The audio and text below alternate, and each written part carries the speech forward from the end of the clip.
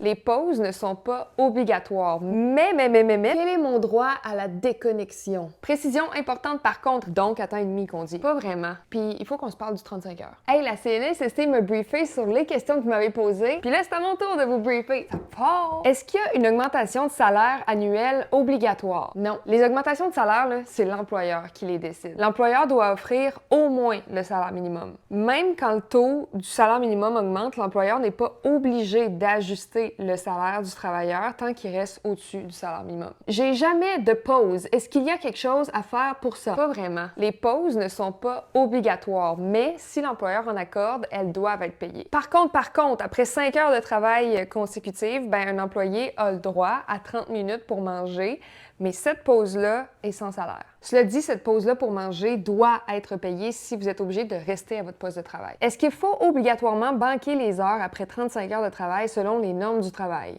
Non. Ça tombe bien que je m'appelle Alex Pic parce qu'il y a quand même beaucoup de choses à expliquer là-dedans.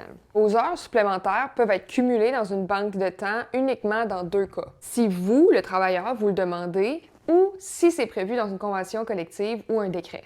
Donc, votre employeur ne peut pas vous obliger de mettre vos heures supplémentaires en banque. Puis, il faut qu'on se parle du 35 heures. Il faut faire la différence entre la semaine de travail que vous faites, qui est établie par votre employeur, versus la semaine de travail légale, qui est généralement de 40 heures. Parce que les normes du travail prévoient que les heures supplémentaires se comptabilisent après 40 heures de travail par semaine. Donc, les heures supplémentaires, quand vous dépassez le 40 heures par semaine, doivent être payées 50% plus cher que d'habitude, donc à temps et demi qu'on dit. Si votre employeur vous paye temps et demi après 35 heures de travail pour votre semaine, sachez que c'est plus avantageux que ce qui est prévu dans la loi sur les normes du travail. Précision importante par contre, rappelons que pour les jeunes de 16 ans au moins qui sont obligés encore de fréquenter l'école, la loi interdit aux employeurs de faire travailler un jeune plus de 17 heures par semaine pendant la période scolaire, dont 10 heures maximum peuvent être faites du lundi au vendredi.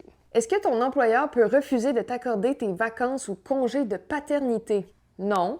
Les vacances annuelles ou les congés de maternité, paternité, c'est des droits. Mais, c'est l'employeur qui autorise la date des vacances. Il pourrait donc refuser les dates auxquelles vous souhaitez prendre votre congé de paternité ou de maternité. C'est son droit de gestion. Il faut par contre qu'il vous informe de la date autorisée de vos vacances au moins 4 semaines à l'avance. Pour ce qui est des congés de maternité, paternité, l'employeur a le droit de connaître les dates de départ et de retour.